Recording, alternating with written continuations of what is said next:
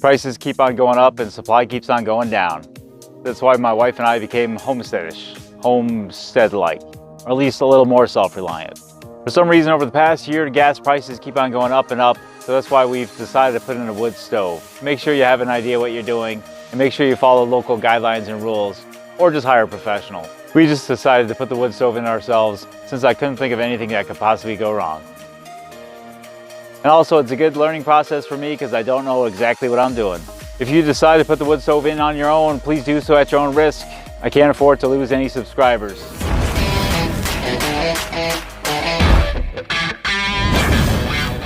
Heading off to Vermont, there's a wood stove I saw on Facebook Marketplace for $100. Hopefully it's in good shape.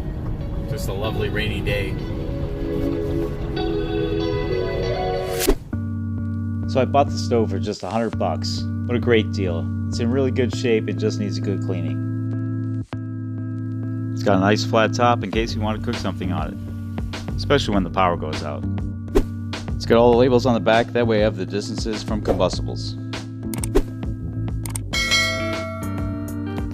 After I line my stove the proper distance from the wall, I just need to use a plumb bob to figure out where the hole should be in the ceiling.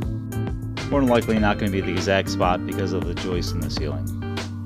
After drilling a hole, I'll just take an old tent pole and stick it up in there carefully. Now comes the part I've been dreading the most, getting up into this small creepy attic.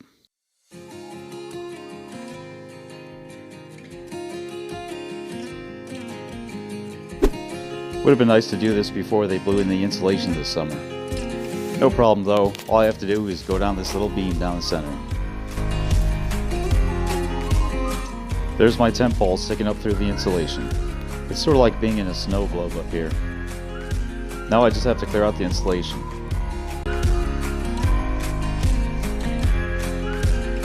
Looks like I'm going to have to move the hole over one joist. Once I mark the center of the hole I'm going to cut, just need to use a plumb bob so I can run a screw through the roof.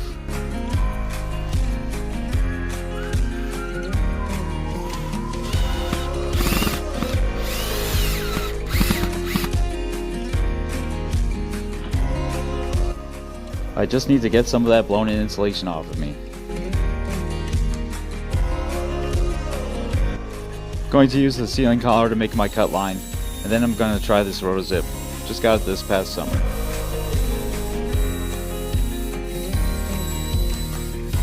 Unfortunately the hole is a little bit too small. I should have used my Sawzall. To limit my trips going up and down, I pre-cut the wood for my insulation shield.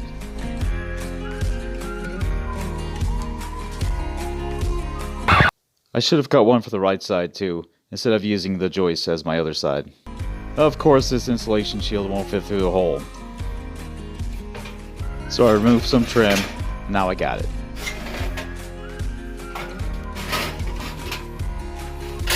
I've got my ceiling adapter in place and the wood installed around it.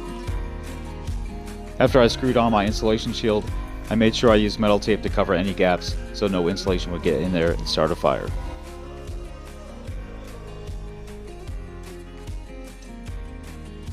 So guys, I'm halfway there. That was a pain in the neck, but hopefully it'll all be worth it in the end.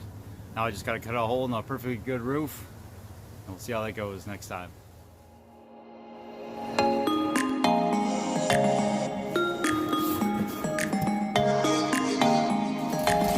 Stove pipes, like wood stove. Is that the whole selection? Okay, cool. Thanks. Because of supply chain issues and a lot of people installing stoves because of the higher energy costs, it was slim pickings at Home Depot. Now it's time to put the stovepipe in the roof. There's the screw poking through.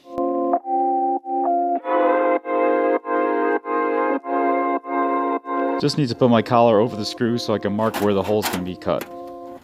Don't expect to use a marker after you get done with this. It's going to get ripped up pretty good. Some people use spray paint.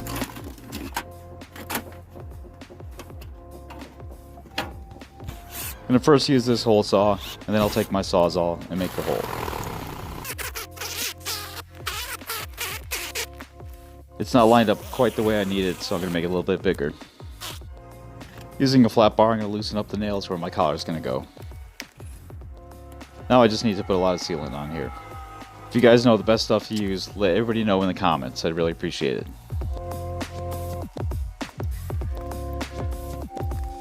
On the bottom part, I'm just going to put a few lines of sealant. That way if there's any moisture, it can escape through the bottom. Now all I have to do is reseal everything and nail it down. It's really easy when all the shingles are brittle and break.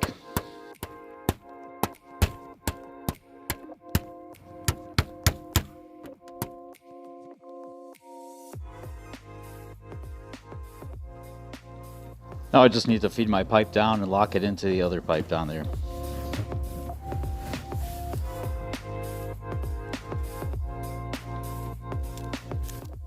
On all my connections, I made sure I use a band and 3 screws.